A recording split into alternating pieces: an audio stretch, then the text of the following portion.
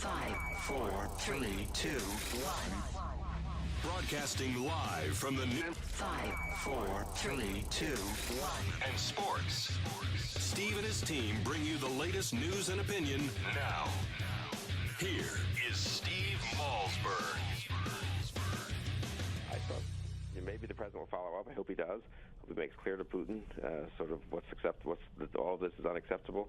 But I would say it looks to me more like it's heading for a slap on the wrist, a lot of international consultations, sadness about the civilians lost, and then will Putin really pay a price? I'm a little doubtful.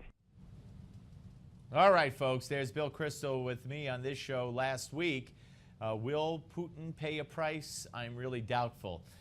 Peter King with us in the previous investigation, and basically calling for Putin to just cooperate with the investigation when basically we know what happened. We know the facts. It's kind of like, to me, the Bergdahl situation.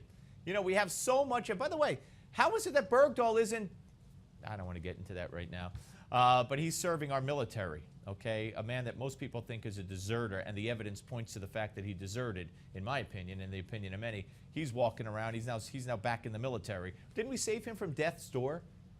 That's what I heard. Anyway, James Kirchick is with us, columnist for Haaretz and fellow at the Foreign Policy Institute. Hello, James. Hi, how are you? Good. Appreciate you coming on. All right, let's talk about your piece on Putin and, you know, for the Daily Beast, it's finally time to stand up to Putin.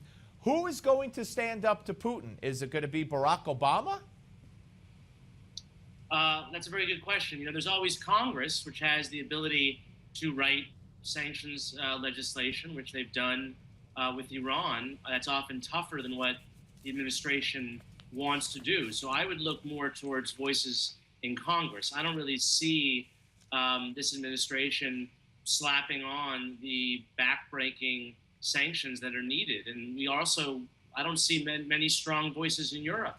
There's a real division in Europe now between the more, assertive countries, the Baltics, Poland, which are much closer to Russia and historically have felt the brunt of Russian aggression and occupation.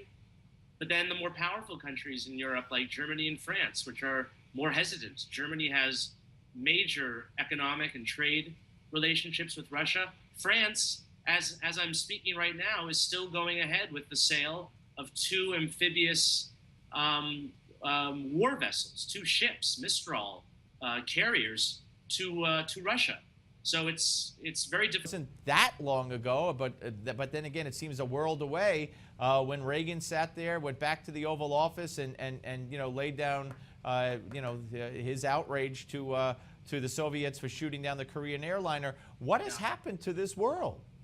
I think it's 2 things. I think it's partly ideological, and then there's a practical element. And on the ideological one, I think after the Cold War ended and the Soviet Union collapsed, many people in the West figured that we were dealing with a new Russia, and that the ideological confrontations of the 20th century had ended, and that history had frankly ended, and that everyone in the world would accept Western-style liberal democracy as the ideal form of government. And there was maybe a brief flicker of time when there was a hope of that conception becoming reality in Russia. But it really wasn't very long. And we saw, Vladimir Putin is born and bred in the KGB, and he's always been a KGB man, and he sees the world very much as a KGB guy does, which is a zero-sum game. And that's the reality that we have to deal with. But I think many people, particularly in Europe, they don't want to confront that reality. So that's the ideological prism. I think on a more practical level, we see Russia as much more integrated in terms of business relationships and economically and financially than it was during the Soviet period, during the communist era.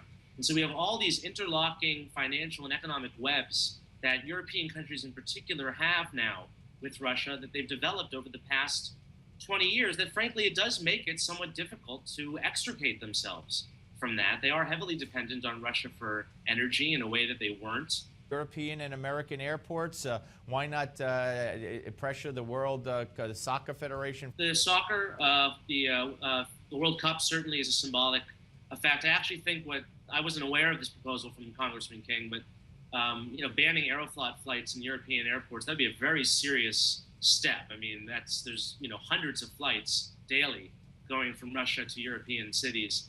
That would be a very serious move. I haven't been briefed on it. I haven't looked into that. No, he actually proposed it or not, but that's what he said that he would suggest, the president at least fight for, as opposed to playing Putin's game, as he said, and just focusing on the investigation.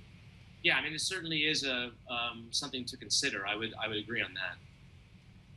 Yeah. All right. Let's. So, how do you see this playing out? Because don't forget, our State Department, just weeks before the plane tragedy, touted Ukraine as a foreign relations victory, as something to brag about, as an accomplishment. And I guess it was that, well, he only took Crimea. I guess that's how they explained it. I don't know. So a year from now, where are we going to be? I think we've seen this with a lot of Western leaders, and they keep on moving the goalposts back for what constitutes a success. And so they've basically given up on Crimea, and that's sort of a lost cause at this point. And so anything short of that is considered a victory, but that's a major loss. It's a provocation, and the precedent that has set. This is the first annexation of territory, and it was precisely the same justification that Adolf Hitler used. So this was a very serious. I'm sorry. I don't think people fully understand the gravity of what's been done. And as for the future, I don't. A lot of people are saying, well, this is a game changer. This ends it. This is the downfall of Putin. I don't think so. I don't think Putin is personally hurt by 300 dead civilians. I mean, the man is responsible for tens of thousands. If you look at what he did in Chechnya over the years, it's not like he's emotionally conflicted about this in the way that you and I and other decent people in the West are. He's only going to stop or back down if he sees that there are serious costs for him in moving forward. So I'm sort of going against the conventional wisdom here that he's going to call off his support for the pro-Russian rebels in the East, and he'll stop sending support. I don't think he's going to stop doing that unless it's made absolutely clear to him that his country's economy and his very position is in dire threat unless he changes his behavior. And let's quickly, in the time we have left, James, if you will, you, of course, a columnist for Haaretz, newspaper in Israel. What do you see happening here is, John Kerry caught on an open mic yesterday mocking the pinpoint operation of Israel. He said, he said, we got to go there. It's getting out of hand. And now he's there with Ban Ki-moon. Do they succeed in a ceasefire agreement? And if they succeed in getting Hamas to agree, does Israel do basically what Obama insinuated today, or basically said today at the White House? Israel's inflicted a lot of damage on Hamas, but it's time to stop. Do they stop? Should they stop? That's a good question. I think it's the same with the Russian problem. Ultimately, these questions are decided by the aggressors.